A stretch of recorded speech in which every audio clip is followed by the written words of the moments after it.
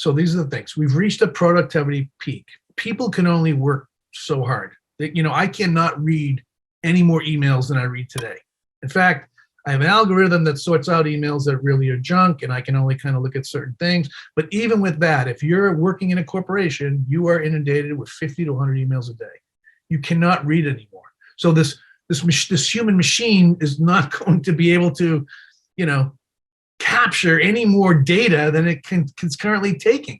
There's got to be new ways of capturing and processing that data. So productivity has changed, which means that we have to figure out new ways of doing stuff. And it's not going to be by just shoving additional procedures, additional responsibilities. That's not going to happen. Our economies are changing, right? So the global economy is totally different. If we think about what's going on in the world today, back in the 30s and 40s during the Second World War, we couldn't just cut off banking and have the war end, right? Or put pressure on it. Today, bad actors in the world can get cut off by the rest of the world, and there's no economy anymore. We're all intimately connected to each other, which means that which just means that we have to kind of play a bigger game. It's more than just our hometown, our region, or our country, right?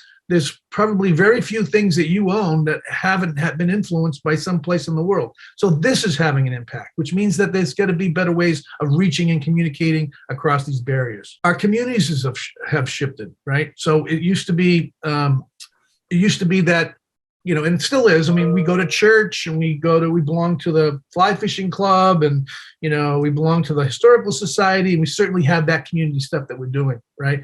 But our communities have also been extremely extended by what we consume. So on my phone, right, I listen to Sam Harris, who's a podcaster who talks so Sam Harris is reaching all kinds of people, right? I listen to, I can get newspaper podcasts, I can get newspaper articles. I mean, it's delivered to my phone every single day. The world is kind of right in front of me. And also the people I interact with are different. I'm on community groups, think groups, peer groups that are all over the country, and even in different countries. They're not all right here in my community. So our reach is totally different, which gives companies access to people, right? And gives workers access to more people, right? And then put in there the fact that people have worked from home now. I mean, that could be a problem for you, or it could be an advantage for you. 1 in 67 jobs was a hybrid job before the pandemic, and now it's 1 in 7 jobs. And there is research that says that, yes, some of those jobs will go back to the workplace, and people want to go back to the workplace. Not everybody can do this, but it's still going to be with us for a long time. So these changes are going to happen.